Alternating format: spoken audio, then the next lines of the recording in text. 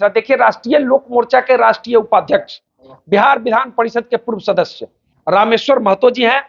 लगातार क्षेत्र में बने रहते हैं।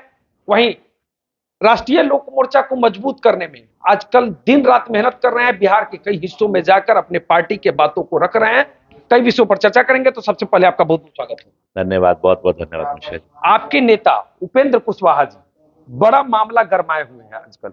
राज्यसभा सांसद है, सरकार के अंग है, और वो खुद मतलब सरकार से डिमांड कर रहे हैं कि बिहार में सहित पूरे देश में नया परिसीमन हो, नई सीटें आए विधानसभा के, लोकसभा के। क्या कहेंगे?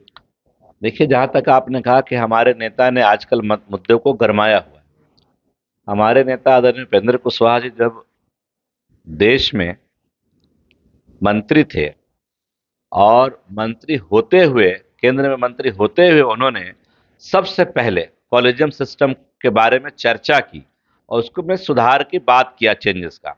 मुझे लगता है उस वक्त कॉलेजियम सिस्टम क्या है ये ज्यादातर बढ़िया पढ़े लिखे, अच्छे पढ़े लिखे लोगों को भी नहीं पता था, एक्सेप्ट जो लोग ज्यूडिशरी से जुड़े हुए हैं उनके। उस मुद्दा को उन्होंने उठाया और आज देखिए कि वो मुद्दा यहां तक पहुंच गया कि आज देश के राष्ट्रपति, उपराष्ट्रपति, प्रधानमंत्री जी और सब जगह इस कॉलेजियम सिस्टम के बदलाव के लिए बातें चल रही हैं। ऐसे ही आप देखेंगे केंद्र में मंत्री होते हुए उन्होंने बिहार में शिक्षा सुधार के लिए अभियान चलाया और आपको याद होगा कि उन्होंने मानव श्रृंखला लगाया, मीटिंग्स की, सम्मेलन किया, रैलियां, पुलिस का डंडा खाना पड़ा। हाँ, मैं वही कहना चाह रहा था कि उन्होंने अनशन किया, पुलिस का डंडा खाया, हॉस्पिटल में एडमिट हुए, लेकिन हार नहीं मानी।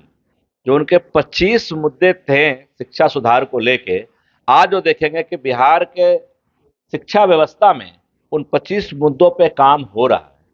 एग्जाम्पल के तौर पे एक मुद्दा उनका था कि शिक्षक की नियुक्ति बीपीएससी के माध्यम से हो, आज हो रहा है, आप देख रहे हो। तो जो मुद्दे उनको लगा कि जन कल्याण के लिए उठाने चाहिए, उन्होंने उठाए और यही हमारे नेता का नीति है, यही उनका काम है कि मुद्दों की राजनीति हो। अब इस दो के बाद तीसरा मुद्दा है हमारा परिसीमन। जैसे हमने कहा संवैधानिक अधिकार परिसीमन सुधार, महारैली जो हम 25 तारीख को विक्रम सासाराम में कर रहे हैं 25 मई को, और 8 जून 2025 को हम कर रहे हैं मुजफ्फरपुर क्लब में।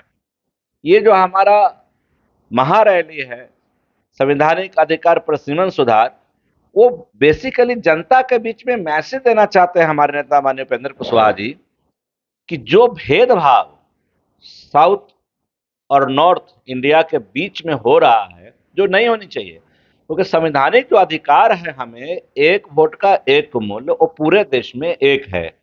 हमारे वोट आज 3 वोट उनके 1 वोट के बराबर है, ऐसा क्यों? और जब जब परिसीमन होने होती हैं, जैसे हमारे प्रदेश अध्यक्ष जी आपसे कह रहे थे, 1976 में फ्रिज कर दिया गया था कि परिसीमन नहीं होगा। उस वक्त इमरजेंसी लगा हुआ था देश में।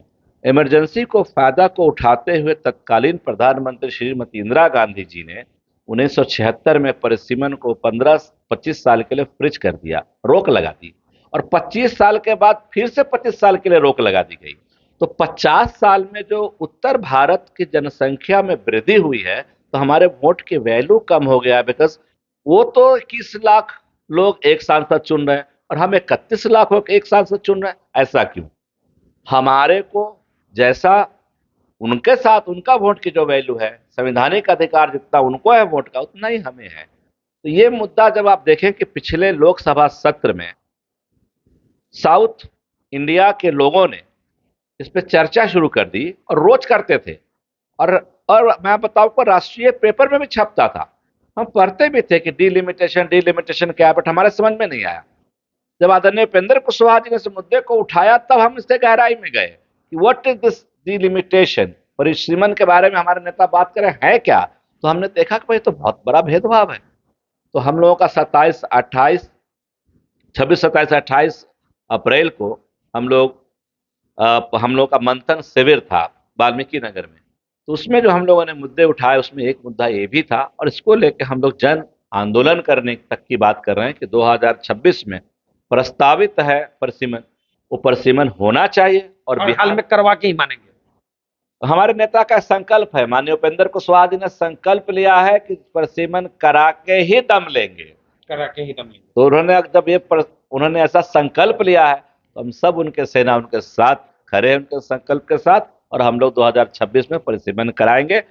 अगर ये फ्रीज नहीं किया गया रहता, अगर ये परिसीमन को रोक नहीं लगाया गया रहता, तो मिश्रा जी आज बिहार में 40 की जगह 60 लोकसभा सीट होता। ये शिवहर सीतामढ़ी में जो 2 है 3 होता। तो कितना बड़ा नुकसान इस राज्य को हुआ है इसके लिए, तो अब और नुकसान नहीं होने देंगे। और नुकसान नहीं। बिहार विधानसभा चुनाव 2025 का आगाज हो चुका है और परिसीमन की आप लोग मांग कर रहे हैं। अगले ही बार अब लग रहा है कि 2029 के लोकसभा चुनाव तक ये लोगों को देखने को मिलेगा। बिहार विधानसभा चुनाव 2025 को लेकर क्या कहेंगे? आपकी पार्टी किस स्तर पर चुनाव लड़ने की तैयारी कर रही है? देखिए, आज का जो हमारा मुद्दा है, जिसके लिए आज हमने प्रेस वार्ता रखा, वो मुद्दा है हमारा परिसीमन सुधार से संबंधित।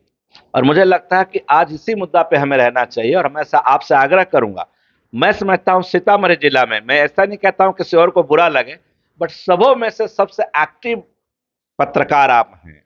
और जिस तरह से आप खोज भी करते हैं, मैं देखा हमेशा आपके चैनल को मैं देखता हूं, हर न्यूज को देखता हूं।